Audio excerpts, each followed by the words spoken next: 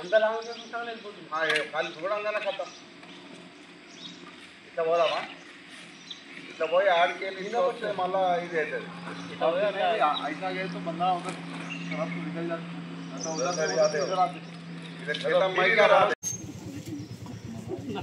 ना बात చెప్పాను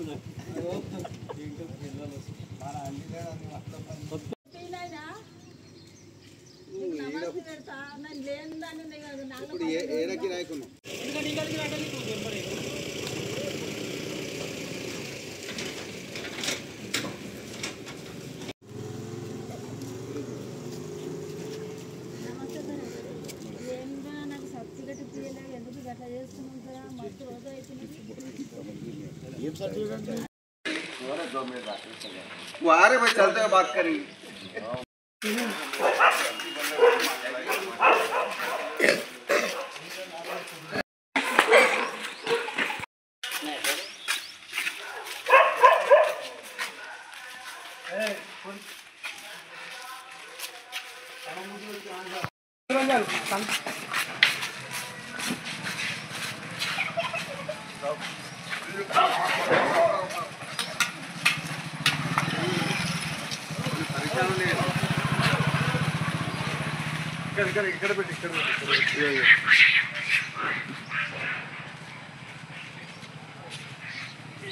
ఇక్కడ వస్తుంది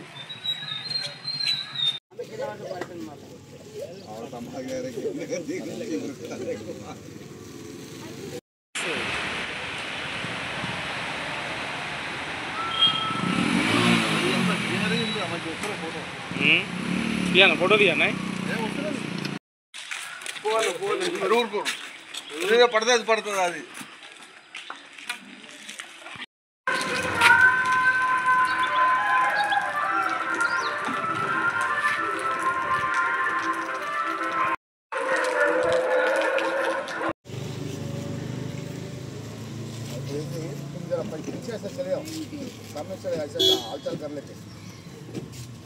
పరిసర ప్రాంతాల్లో ఈ కోతుల బెడలతోటి చాలా మందికి ఇబ్బందులు జరిగినాయి. కొందరు అయితే బిల్డింగ్ల మీద నుంచి పడి దెబ్బలు తాగించుకోవడము బాగా ఇబ్బందికరంగా ఉండడంతో మా మున్సిపల్ వైస్ చైర్మన్ యూట్యూబ్లో ఈ ప్రోగ్రాం చూసి దీన్ని ఒక ఇట్లాంటి తయారు చేస్తే ఏదైనా ప్రయోజనం ఉంటుందేమో అనే ఉద్దేశంతో ఒక మనిషికి ఇట్లాంటి వేషధారణ తయారు చేసి ప్రయోగించడంతో ఆ కోతులు కొద్దిగా పారిపోవడం జరుగుతుంది.